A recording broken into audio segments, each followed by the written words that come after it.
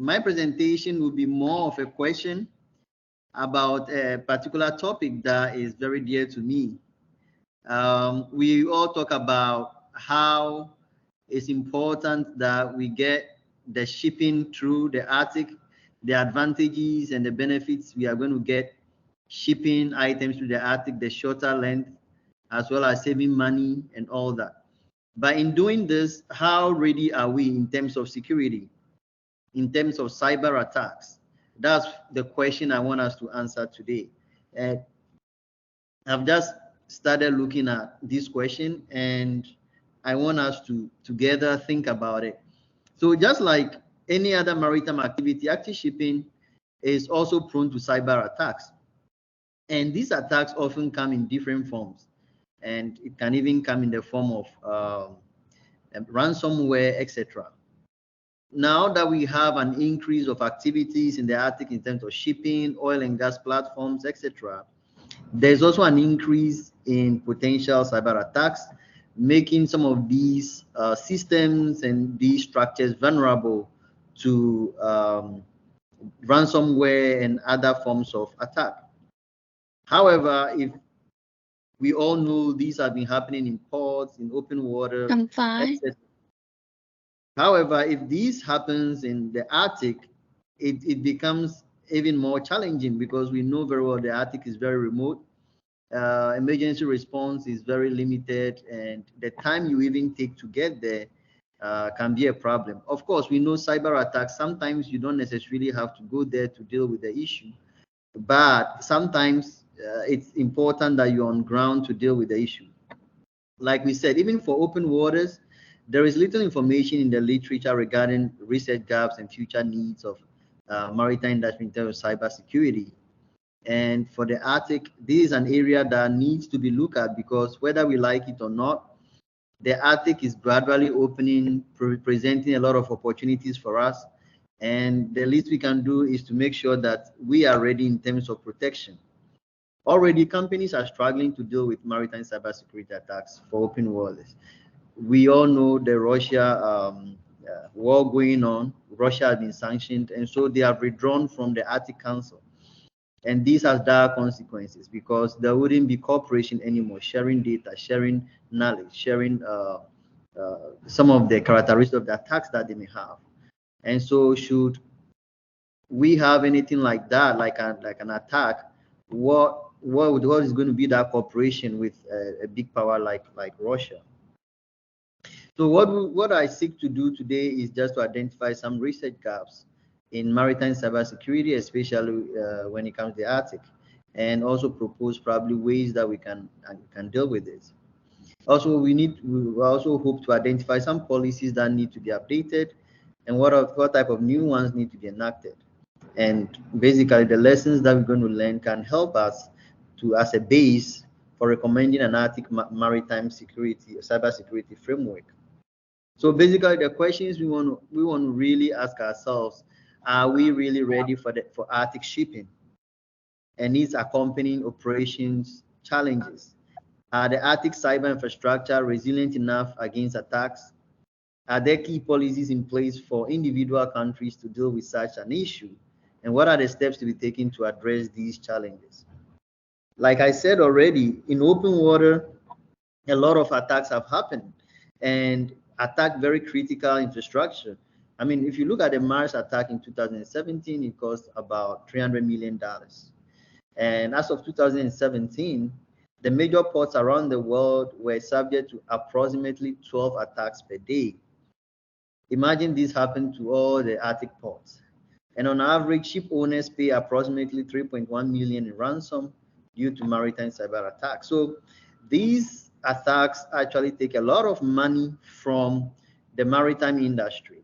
And now that we have seen, even from the previous speakers, that the Arctic is here to stay, the Arctic is key to the maritime industry.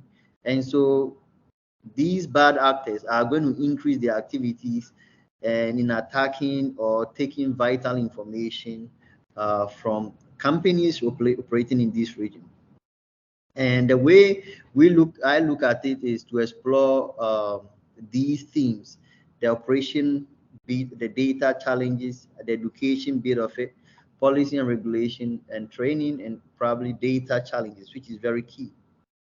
When we look at training, the main thing here is that many people who work in the maritime industry, and now let's say they're going to be working in Arctic related work, have little knowledge about how to deal with cyber or training with cyber, even in open waters. And when they have to deal with it in the Arctic, I think it becomes even more complicated and very difficult for them.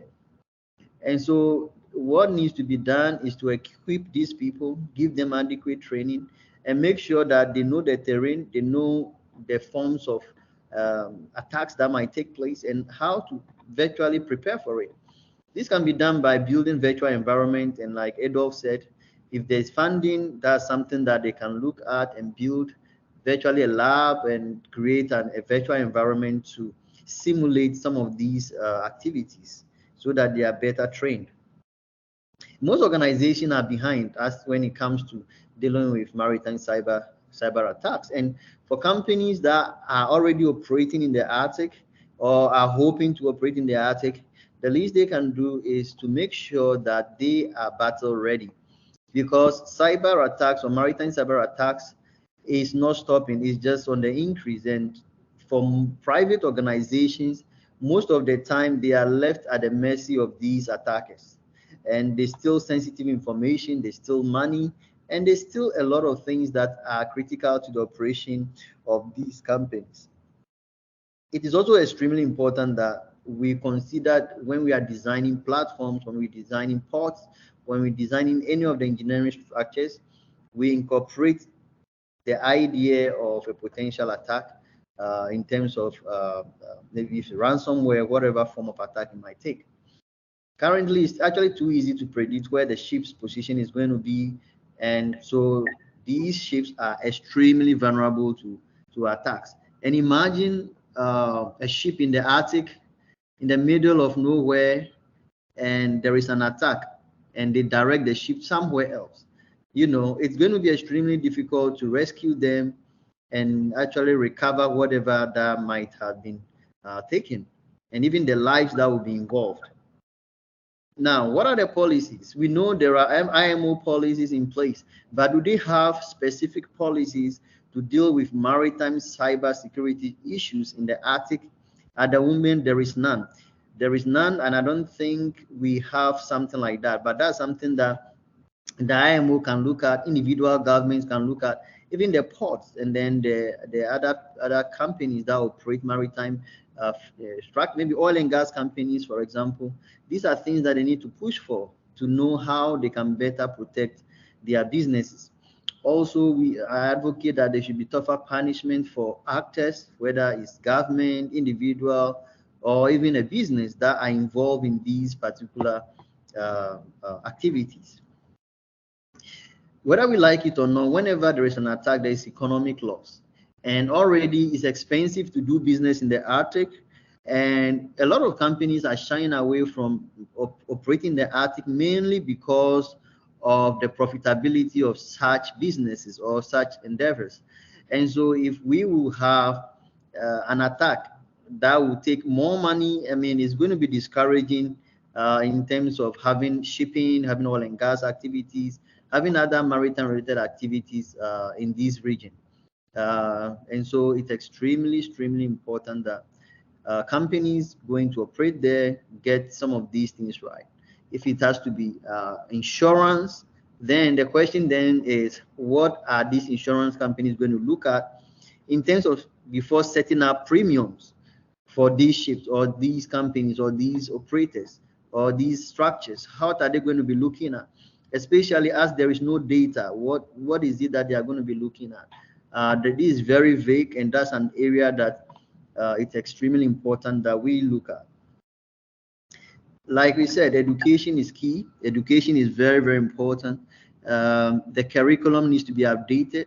The maritime academies needs to be informed, and they need to be trained properly so that the graduates they are turning out are cyber ready. They are maritime cyber ready to deal with whatever problem that may arise. And also those who are already operating in the field, we need continuous assessment, we need continual updating, continual training to deal with the cyber issue. Then data. Data is virtually the new gold. But as we have seen with Arctic shipping and a lot of things related to the Arctic, data is scarce. Not because a lot of the people don't release the data, but because it's hard to get this data. For instance, a colleague already spoke about oil spills in the Arctic. There aren't a lot of oil spills that have happened in the Arctic. And so when you want to do even modeling or you want to predict, then it becomes a little bit difficult. That is the same problem with maritime cybersecurity related to the Arctic. At the moment, we don't really have data on if anything like that has happened, how much it cost, what are the actors, and what was taken away, how did the company react to it. This is a very huge area and requires a lot of planning. Of course, we do have some database, but that may not be enough, and that is just a country-specific database. And so I think there needs to be cooperation among the Arctic countries and near Arctic countries. Like we know, it's not just the Arctic countries that are interested in what happens in the Arctic. Even near Arctic countries and non-Arctic countries are also very much interested. And so to end my presentation, I still pose the questions to all of us. Are we really ready for Arctic shipping and its accompanying operation challenges? Are the Arctic cyber infrastructure resilient enough against attacks? Are there key policies in place for individual countries to deal with such an issue? And what are the steps to be taken to address these gaps? Thank you very much, and I will stop here for questions. Thank you.